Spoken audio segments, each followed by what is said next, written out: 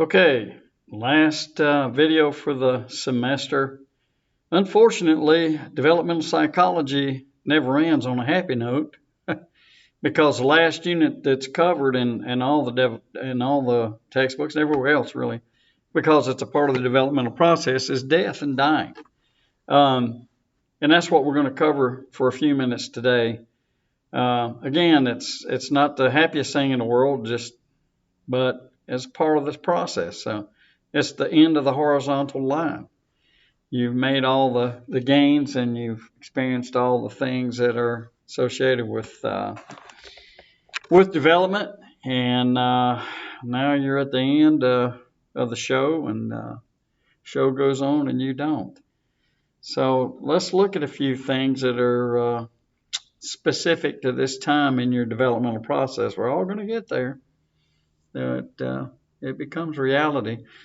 In adolescence, there's remote consideration. If you're, I hate to use the word, but I'll have to. If you're normal, and in the adolescent years, obviously you're aware of death.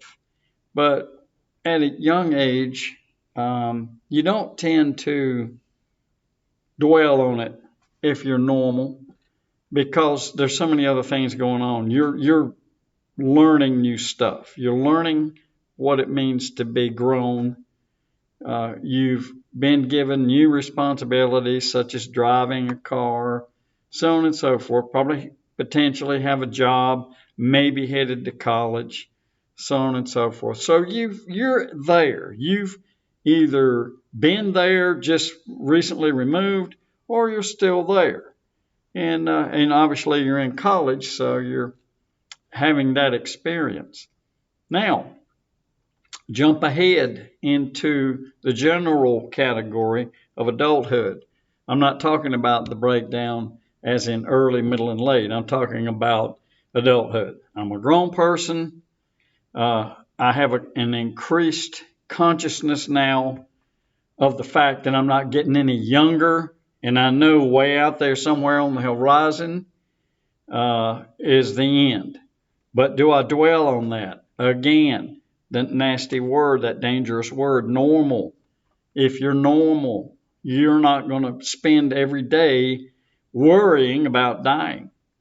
It's going to be around in some cases, sometimes more so than others, but for the most part, it's just one of those givens that you go, okay, well, yeah, let's go play pickleball or whatever the deal is. You're not hung up on that if you're normal.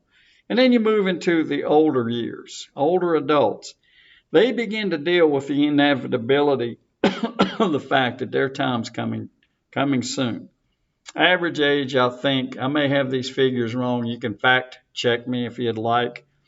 I think the new figures pre-COVID were average age for females 78, and average age for males 76, and COVID messed that all up. And I think now it's like 74 and 76 or 77. It doesn't matter, you're here or there. When you're talking to these terms, it might matter to you when it's time to go, but right now we're just talking about stats. So older adults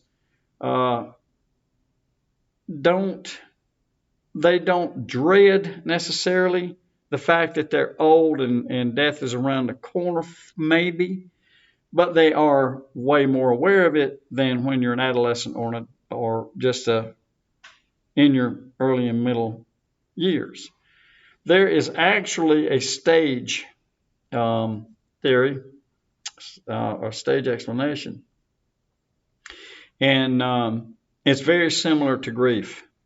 Kubler-Ross came up with this called stages of dying, and I'll won't go into in depth with these. First, the denial and isolation. Denying that death is going to take place, which is unrealistic, obviously, because you know it's going to. You're not going to live forever. Second thing is anger, which is recognition that denial can no longer be maintained. And that gives way to anger, resentment, rage, and then envy. Why me? And the why me is difficult. And why is it difficult? you would think that, well, I'm old, I know I'm going to die, but why me? Well, because you're a human being. But it's difficult to sit somebody down at old age and counsel them and say, you know what, it's cool, because they're going to say, no, it ain't. I'm not ready. Unfortunately, whether you are or not, it's going to happen. And then bargaining. And again, this sounds like the 5 stages of grieving. Bargaining. You hope that death can be postponed or delayed. How in the world are you going to do that? You got to understand too that we're talking about normal here. We're not talking about necessarily disease like cancer or something. So it can't be postponed. It's going to come and visit you when the time is for that to happen.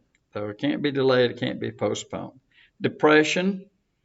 Once you finally accept it, then you may enter into a period of depression, which is a little bit different from the grieving process. And you may actually be prepared to go into a grieving process. And then finally, there's acceptance, which gives you a sense of peace. Now, that concept's hard to understand.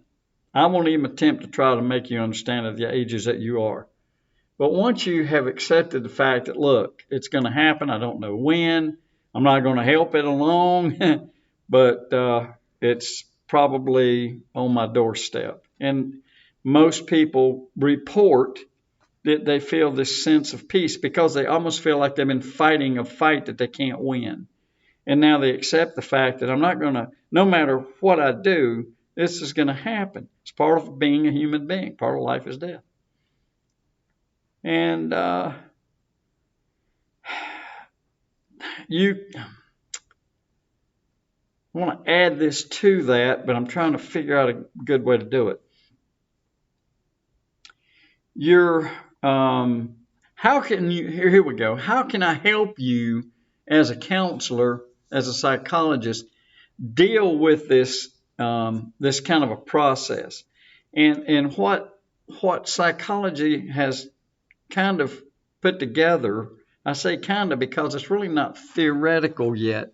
It's really just kind of an attempt to help older people. That's a hard population to help, by the way, for various reasons. I won't go into those, but you can use common sense here and hey, they don't react the same anymore. They're blah, blah, blah. So anyway, psychology has examined this. A person's, or in the case of illness, a patient's situation, including relationship support. How is the family treating you? You're an old person. Are they respecting you? Are they mistreating you? Whatever the case is. What if it is an illness? What are the effects of the illness? And are we dealing with those very well? Not only you as the patient, but the family as well. Family obligations. I hope that at a late age like that, you're not really the breadwinner anymore, but you know what? Who knows? And then the emotional roller coaster involved in all this. Psychology can try to deal with that. A branch of psychology called geriatric psychology. That's probably one of the toughest branches to specialize in because of the inabilities in some cases of elderly people. Or they don't want to change anything because sometimes they just can't. They just really can't bring themselves to do something different because they've done the same thing over and over again. So you have these emotions even in the elderly people that you may not attribute to them, and they come and go. They range anywhere from hope and disbelief and bewilderment to anger. And some, by the way, never ever reach acceptance.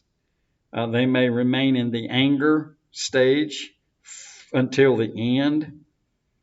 And psychology is beginning to say maybe these things that Kubler-Ross have described aren't even stages but reactions, because you have to take into these considerations other things that I've just mentioned.